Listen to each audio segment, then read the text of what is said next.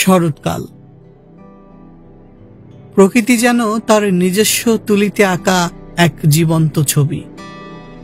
আর এই অপরূপ শরতের অন্যতম প্রধান আকর্ষণ হল শুভ্র স্নিগ্ধ কাশফুলের মেলা।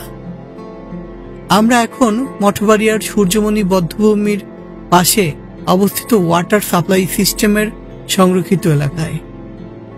চোখ জুড়ানো যে দৃশ্য আপনারা দেখছেন তা যেন শরতের এক অনবদ্য উপহার। দিগন্ত বিস্তৃত কাশফুলের এই প্রান্তর দেখে মনে হয় যেন সাদা মেঘের এক বিশাল ভেলা সবুজ ঘাসের গালিচায় নেমে এসেছে। বাতাসের মৃদু দোলায় যখন কাশফুলগুলো ঢেউয়ের মতো দুলে ওঠে, তখন সেই দৃশ্য হৃদয়কে এক অন্যরকম প্রশান্তি এনে দেয়। প্রতিটি কাশফুলের শুভ্রতা যেন প্রকৃতির বিশুদ্ধতাকে তুলে ধরে।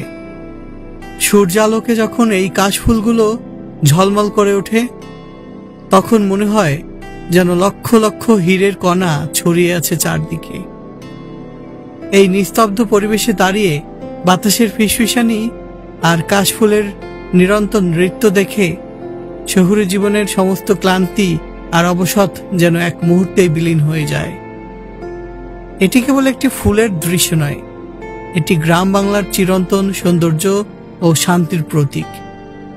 কাশফুলের এই কোমল স্পর্শ, এর স্নিগ্ধ সুবাস না চাইতেও মনকে এক পবিত্র অনুভূতির জগতে নিয়ে যায়। বছরের এই সময়েই প্রকৃতি তার শ্রেষ্ঠ রূপ নিয়ে আমাদের সামনে ধরা দেয়। এই দৃশ্য আমাদের মনে করিয়ে দেয় জীবনের সরলতা ও প্রাকৃতিক সৌন্দর্যের গুরুত্ব।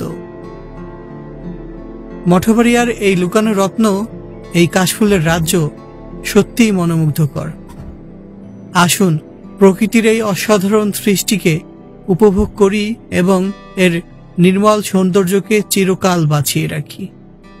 এই কাশফুলের মেলা যেন বারবার আমাদের জীবনে ফিরে আসে নতুন করে, নতুন মুগ্ধতা নিয়ে।